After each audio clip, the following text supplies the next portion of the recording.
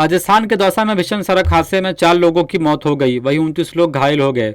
यह हादसा national highway 21 Agra Jaipur पर हुआ। दरअसल दौसा में जयपुर रोड बाईपास पर आरओबी को तोड़ते हुए बस रेलवे ट्रैक पर जा गिरी। बताया जा रहा है कि बस हरिद्वार से उदयपुर जा रही थी। दौसा थाना प्रभारी गौरव प्रधान ने बताया कि हरिद्वार से उदयपुर की ओर जा रही बस आरओबी की दीवार को तोड़ते हुए रेलवे ट्रैक पर जा गिरी, जिसकी वजह से 4 लोगों की मौके पर ही मौत हो गई। वहीं 29 लोग घायल हो गए। घायलों को बेहतर इलाज के लिए जयपुर रेफर कर दिया गया है।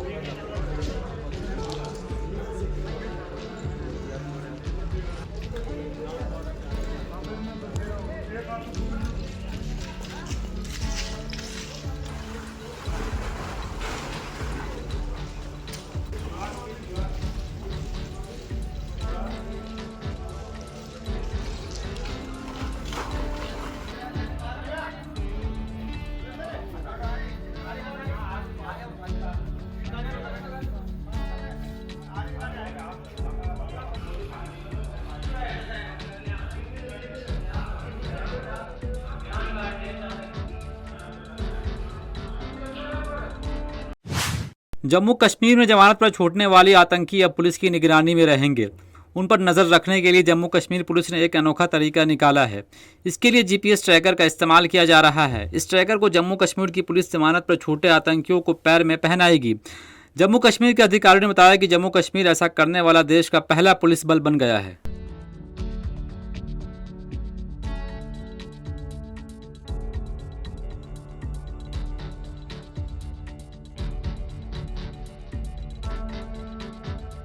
हमने काफ़ी दिन पहले पहल करी थी और एक हाई लेवल सिक्योरिटी मीटिंग में इसके लिए गवर्नमेंट ऑफ इंडिया की भी इन प्रिंसिपल अप्रूवल था और हमारे पुलिस में सीआईडी में आईजी श्री नीतीश और डीआईजी एसआईए जो है श्री अजीत। राजस्थान के मुख्यमंत्री अशोक गहलोत ने राजस्थान में होने वाले विधानसभा चुनाव के लिए जोधपुर की सरदारपुरा सीट से नामांकन दाखिल किया। अशोक गहलोत ने नामांकन के लिए कोई रैली नहीं निकाली। उनके साथ सिर्फ 4 लोग मौजूद थे, जिसमें पत्नी सुनीता गहलोत, बेटा वैभव गहलोत शामिल थे। इससे पहले वो मंडोर में अपनी बहन के घर गए और बहन का आशीर्वाद लेने के बाद सरदारपुरा ऑफिसर के कार्यालय में अपना नामांकन दाखिल किया। इस मौके पर गहलोत के भतीजे जसवंत सिंह और राजेंद्र सोलंकी भी मौजूद थे।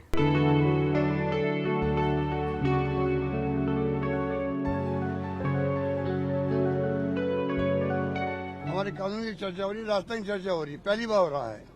राजस्थान रेगिस्तान के इलाके हैं, अकाल सूखे पड़ते रहते हैं, पिछड़ा राज्य है, यही पहचान थी। इसकी पहचान चेंज हो गई है।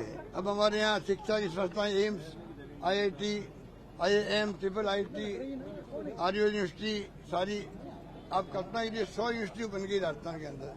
पहली बार मैं मुख्यमंत्री था तो 6 थी, 100 बन गई है। कॉलेजेज आज हमने 30 खोल दी है अभी 5 साल में, 76 साल में खुली 250। अनेक उदाहरण ऐसे हैं जो कि पहचान अलग करते हैं राजस्थान की देश से अलावा। ग्रामीण ओलंपिक इतनी हो 30 लाख लोगों को खिलवा दिया हम लोगों ने गाँव में। केरल में एक अदालत ने कोच्चि बम विस्फोट मामले में एकमात्र आरोपी को 10 दिन की पुलिस हिरासत में भेजने का आदेश दिया। प्रधान सत्र अदालत के न्यायाधीश हनी एम वर्जिज ने डोमिनिक मार्टिन को 10 दिन की हिरासत के अनुरोध वाली पुलिस की याचिका को स्वीकार कर लिया।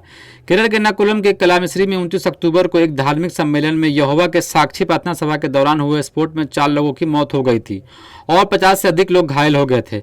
इस मामले में मार्टिन नामक शख्स ने आत्मसमर्पण किया था।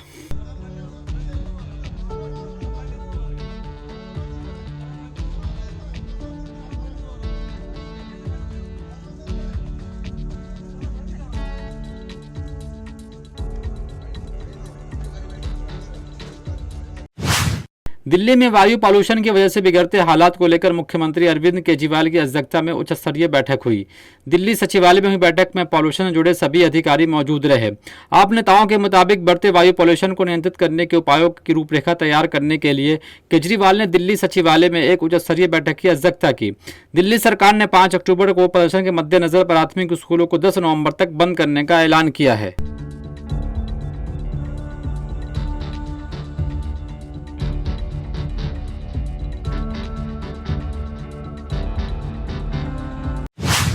मध्य प्रदेश के मुख्यमंत्री शिवराज सिंह चौहान ने इंडिया गठबंधन पर तंज कसते हुए कहा कि वो आपस में ही लड़ रहे हैं।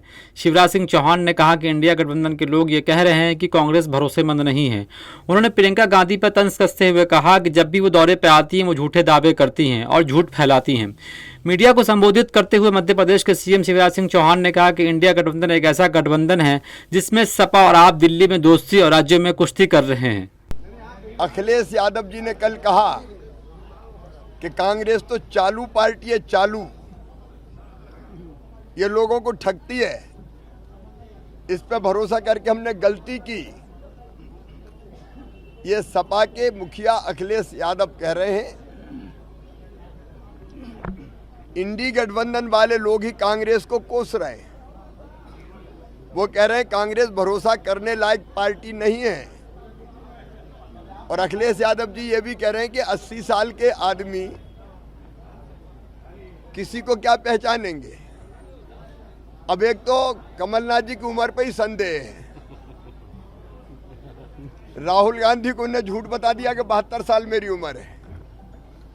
अखिलेश यादव जी कह रहे हैं कि 80 साल के आदमी है वो। अब कमलनाथ जी सही उम्र तो बताएं क्या है उनकी।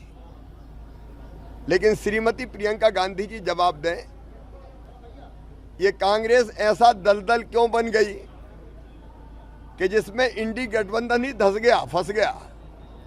कोई आप पे भरोसा नहीं कर। इंडिया गठबंधन पर अमित शाह की तीखी टिप्पणी पर प्रतिक्रिया देते हुए शिवसेना यूबीटी के नेता संजय राउत ने केंद्रीय गृह मंत्री अमित शाह पर कटाक्ष किया। संजय राउत ने कहा कि उन्हें पहले अपनी पार्टी और आगामी चुनाव की परवाह करनी चाहिए। उन्होंने आगे कहा कि इंडिया ब्लॉक का गठन 2024 के आम चुनावों के लिए किया गया था और राज्य चुनाव के बाद इंडिया ब्लॉक फिर से एकजुट हो जाएगा। संजय राउत ने कहा कि अमित शाह को भारत गठबंधन की परवाह करने की जरूरत नहीं है, उन्हें 5 राज्यों के चुनाव पर ध्यान देना चाहिए। अमित शाह जी ने 5 राज्यों का चुनाव है, वहाँ ध्यान देना चाहिए। वहाँ बीजेपी हार रही है और इंडिया अलायंस ही उनको हरा रहे हैं। इंडिया अलायंस में क्या करना है क्या नहीं करना है, इंडिया अलायंस के जो लीडर्स हैं वो समर्थ है, वो सक्षम है। अब कुछ लोग बोलते हैं कि इंडिया अलायंस में सब कुछ ठीक नहीं है, ये नहीं है। क्या ठीक नहीं है? इंडिया अलायंस का काम अभी अभी शुरू हुआ है। इंडिया अलायंस की जो फॉर्मेशन है वो खास करके लोकसभा चुनाव 2024 वो सामने रखकर हम इंडिया अलायंस बनाया है। अब नीतीश कुमार जी ने एक बात कही है कि कांग्रेस को इंडिया अलायंस में नहीं तो ज़्यादा ध्यान कांग्रेस चुनाव में दे रही है। इंडिया अलायंस बना तो चुनाव के लिए है। अब जिस राज्यों में चुनाव है वहाँ कांग्रेस नंबर 1 पार्टी है। राजस्थान हो, मध्य प्रदेश हो, छत्तीसगढ़ हो, तेलंगाना हो। अगर हम चुनाव ही नहीं लड़ेंगे, चुनाव नहीं जीतेंगे, बीजेपी को नहीं हराएंगे विधानसभा में, तो हम लोकसभा की तैयारी कैसे करेंगे? तो इंडिया अलायंस का काम जो है 5 राज्यों के चुनाव खत्म होने के बाद फिर एक बार इंडिया अलायंस की बैठकें होगी, सीट शेयरिंग होगा। कोई किसी को चिंता कर। देश के नए मुख्य सूचना आयुक्त हीरालाल समरिया बने हैं। राष्ट्रपति द्रौपदी मुर्मू ने समरिया को केंद्रीय सूचना आयोग के प्रमुख के रूप में शपथ दिलाई। समरिया राजस्थान के भरतपुर के रहने वाले हैं। समरिया देश के पहले दलित मुख्य सूचना आयुक्त बने हैं। समरिया 1985 बैच के आईएएस अधिकारी हैं। इससे पहले वो श्रम एवं रोजगार मंत्रालय के सेक्रेटरी के रूप में भी काम कर चुके हैं।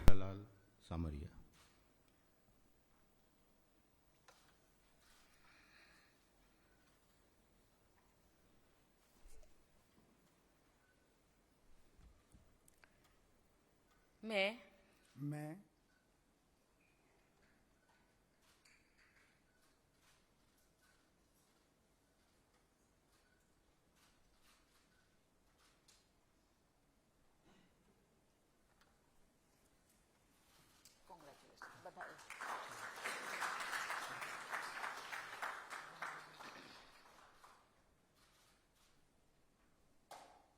माननीय राष्ट्रपति महोदय, आपकी अनुमति आंध्र प्रदेश के विजयवाड़ा बस स्टैंड पर एक आरटीसी बस प्लेटफॉर्म में जा टकराई, जिसकी वजह से 2 लोगों की मौत व 3 लोग घायल हो गए। आंध्र प्रदेश के सीएम वाई जगनमोहन रेड्डी ने मरने वाले के परिजनों को 10 लाख रुपए का मुआवजा देने का ऐलान किया है और घायलों को बेहतर चिकित्सा उपचार प्रदान करने का आश्वासन दिया है। इस घटना में एक 18 महीने की लड़की भी घायल हो गई, जिसके बाद उन्हें नजदीकी अस्पताल में भर्ती कराया गया, जहां उसकी मौत हो गई।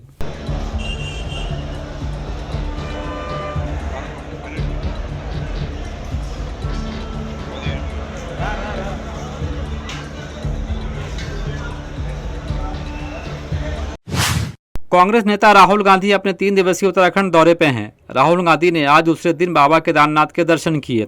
उसके बाद राहुल गांधी ने केदारनाथ धाम में भंडारा करवाया। भंडारे के समय भारी संख्या में श्रद्धालुओं ने प्रसाद ग्रहण किया। बताया जा रहा है कि राहुल अब उसी गुफा में साधना करेंगे जिसमें पीएम नरेंद्र मोदी ने साधना की थी। राहुल के अचानक यहां पहुंचने से देश का सियासी पारा चढ़ा हुआ है। कई राज्यों में चुनाव के बीच राहुल के अचानक केदारनाथ धाम पहुंचने के बड़े राजनीतिक मायने निकाले जा रहे हैं। राहुल ने अपने केदारनाथ पहुंचने और यहां पूजा करने की फोटो खुद सोशल मीडिया पर साझा की है।